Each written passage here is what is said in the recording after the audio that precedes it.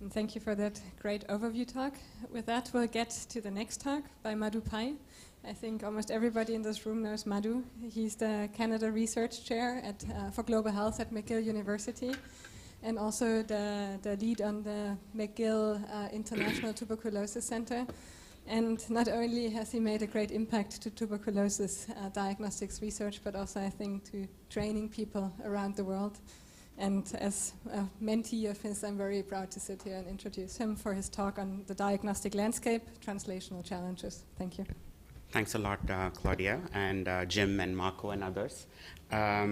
What I want to do is, I was asked to talk about translational challenges, which is a little fuzzy.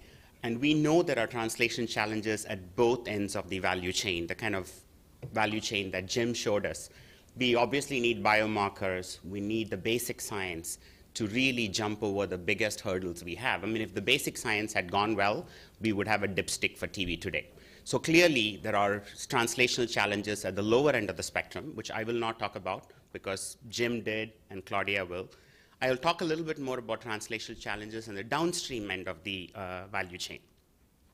And that is, if you had asked me 10 years ago, and I've been working in TB for more than 20 years now, would we have this many products on the market for TB? I would have said absolutely not, because the pipeline was practically dead. And it's no longer dead. There's a lot of products on the market today. So this is the good news part of the story, right? But is it really reaching people and the level of scale and saturation that we really care about from a TB control perspective? That's where the problem is. It depresses me a lot that a vast majority of patients today in high burden countries are getting nothing more than a direct ZN smear. Poor sensitivity, no DST, repeated visits to the health system before TB is diagnosed, ongoing transmission, morbidity, mortality, you name it, it all flows from lack of a good tool right at the time when people are seeking care. And this is just not making any sense, despite the fact that what I showed you, that there are products available. So that means there's a translational challenge. Product development alone ain't cutting it. But things are slowly changing. Claudia showed you this graphic. 17 million plus GeneXpert cartridges purchased over a period of time. And in addition, we are starting to see that while countries are cautious about using GeneXpert as an upfront test for all people with suspected TB for very obvious cost reasons, they are certainly adapting it very quickly as a DST tool. And why is that? Because building biosafety level 3 for midget cultures is killing countries. And a GeneXpert is giving them a quick way out.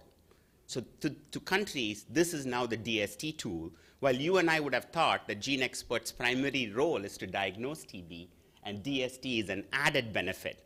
But it's essentially now being rolled out as a DST tool in many countries, while only a few countries have really used it as a case detection technology. This is very interesting. This is also data from GeneXpert cartridges and device. What's really interesting in the early days of GeneXpert rollout, everybody said, oh, but this is all South Africa, right? Show us anybody other than South Africa that's doing anything with this technology. Well, you're seeing the data. South Africa is no longer the leader. They are plateauing it, and in fact, on the device side, they're down to practically no device purchases. What will be fascinating to see is 2016 data. India just deployed 500 GeneXpert machines. Many other countries were now purchasing the machines, which means this graphic will look very different going forwards in time. It's no longer South Africa that will drive it, which makes sense. They've gone, they've scaled up, they've plateaued, and in fact, they may even see a dip, while other countries are likely to take off. And this is the kind of analysis we need so that we don't go home thinking it's all just South Africa that's explaining the driver. This is a beautiful graphic by a student of mine who is now at FIND, Samuel Schumacher, where he mapped out the pathway between a product and the impact. And I think this is where we kind of naively figured out, or at least we thought, that the product will naturally lead to impact. Well, it doesn't, because there are so many intermediate steps along the way. Whoever said a diagnostic saves lives? It's treatment that saves lives. And we need to find the diagnostic and connect it to the treatment, and then adherence monitoring, all the support that patients need. So it's a pathway. So you just cannot go magically from a product in a box to life saved. You need to navigate this entire process of generating impact. And I think that is where we are really struggling today. So yes, we have products, but health systems are just not deploying them in a manner that allows them to rapidly cut morbidity and mortality.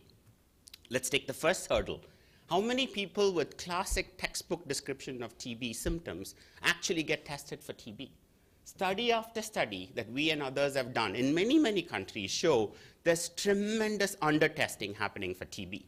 And to me, the scale of this was really driven home when we've now, by now, in fact, as of this month, we've sent simulated artificial standardized patient actors with walking textbook description of TB into hundreds of doctors in 3 cities in India.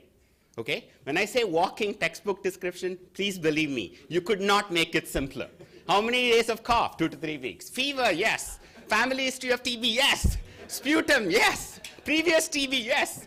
I don't know what more I could have done, okay? The bar was set at the rock bottom, and a vast majority of people across practitioners, qualified, unqualified, public, private, you name it, walked away with 5 different pills. An antibiotic, a steroid, a bronchodilator, an antihistaminic, and an antipyretic. TB test was the lowest on anybody's radar screen, right? Which means an average practitioner isn't thinking of TB. Look at that wonderful study from South Africa on the Extend trial. Classic description TB, went into the clinic, they did exit interviews of people. This is the highest TB HIV burden country. 70% never got tested, South African clinics. Okay? Which means we have such a big delta to go on just better utilization of what we already have. And South Africa has the tool, for Christ's sakes. Right? And 70% are walking away from TB HIV clinics without a TB test when one is indicated. Right? So that's one. The second problem is empiric therapy. This is exactly what I said. Shotgun, wide spectrum. I'm going to cover all my bases. I'll give you the broadest spectrum antibiotic I can give you, and I hope like hell that whatever you have goes away. That is the thinking of an average practitioner on the ground. And I bet you this is true in most countries, right? Empiric therapy is so widespread that people are not really thinking test and treat. The test and treat is really an invention of national TB programs. But out there in the community, outside of the program, people are doing all sorts of interesting things. So we had anthropologists running around India and South Africa trying to get into their heads and say, why on earth are you doing what you're doing? And we published all of that stuff, right? They're essentially using an antibiotic as a test. It's much cheaper to use an antibiotic as a test than actually order a test, right? Because broad spectrum antibiotics are dirt cheap generics in so many countries. That's exactly what people are doing. They're iterating multiple rounds of non-specific therapies. They're waiting it out. 3 months later, they'll say, yeah, this is TB, because we've tried everything possible, right? And the transmission consequences of this is obviously what we are suffering with. Even in countries like South Africa, where there is a decent infrastructure. I mean, their infrastructure is far better than most countries. The diagnostic ecosystems are so poor. The sample has to run around in South Africa. The result has to run around and find the patient. Then somebody has to run around and find the patient whose result has been retrieved or not retrieved, right? And look at the data.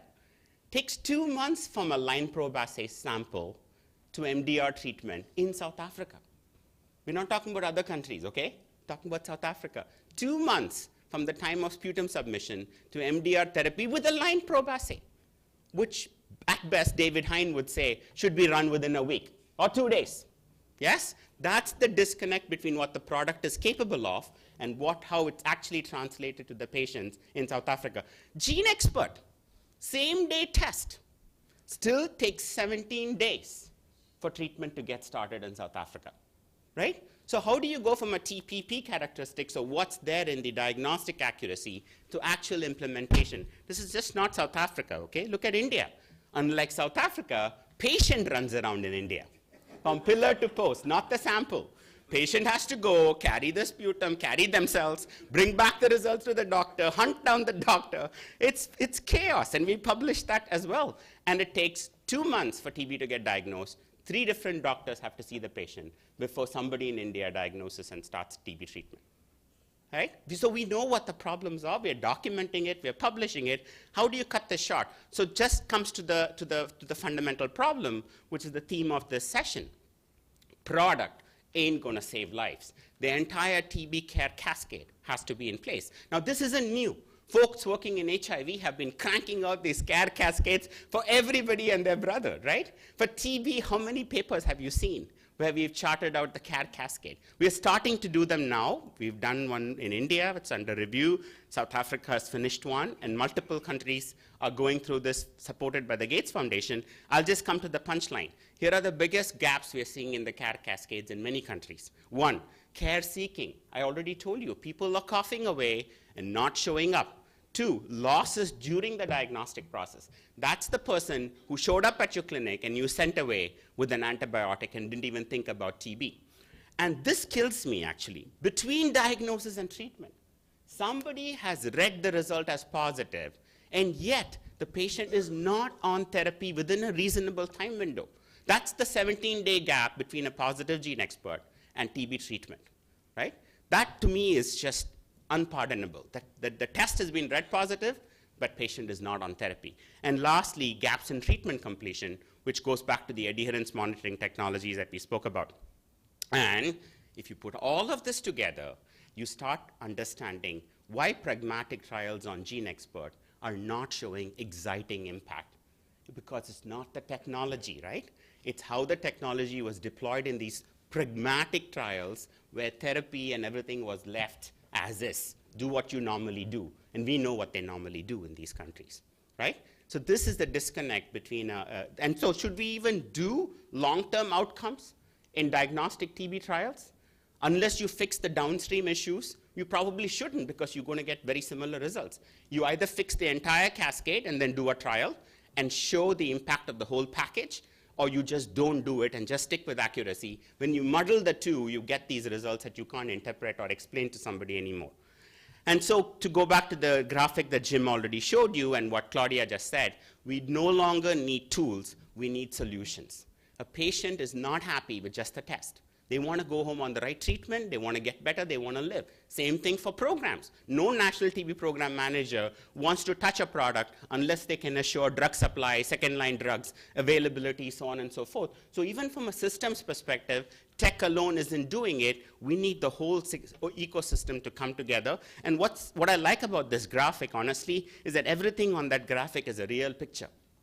They all exist. There's nothing hypothetical in that picture. What I would love to see is them all clicking together, at least in one country that can stand up and show us that the whole ecosystem can work and work in such a way that the TB transmission is actually going down. That would be a demonstration that we can pull this off, that we're not just dealing with bits and pieces, we can actually make them click and work together. And implementation research has absolutely been critical. I completely agree with Claudia. 5 years of Gene Expert, we've learned heck of a lot. And to not use this as we go forwards is actually not done, in my opinion. We've got to use the data. So for example, we put Gene Expert in Montreal. Did nothing to us. We have smart doctors, I think so. Our patients are all mild, early, smear-negative TB, only picked up on immigration chest X-ray. And everybody gets a sputum induction. Did nothing in our setting. So I packed off the machine and I shipped it off to a rural area in India, where I bet you it'll have better impact.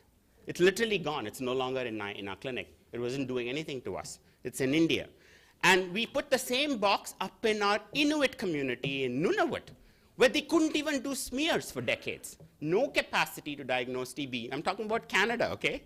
Up north. You don't want to go there now. So fabulous impact, cost effective. So it's now the test that's primarily being used in the Inuit community in the Aboriginal areas. Same thing, you put it in a Kailicha township clinic, you start to see impact. So where you put that same box makes a difference, and there's enough written about this that we could write an SOP on what you need to do to maximize impact. Same thing, could you use it as a point of care test? Ask the patient to wait and send them home after a Gene Expert? You absolutely can. A whole bunch of studies which will tell you it's possible. But you got to put in the process innovation to go with the product innovation. You can't say it's a same-day test and not have someone waiting at the end of the day to start therapy.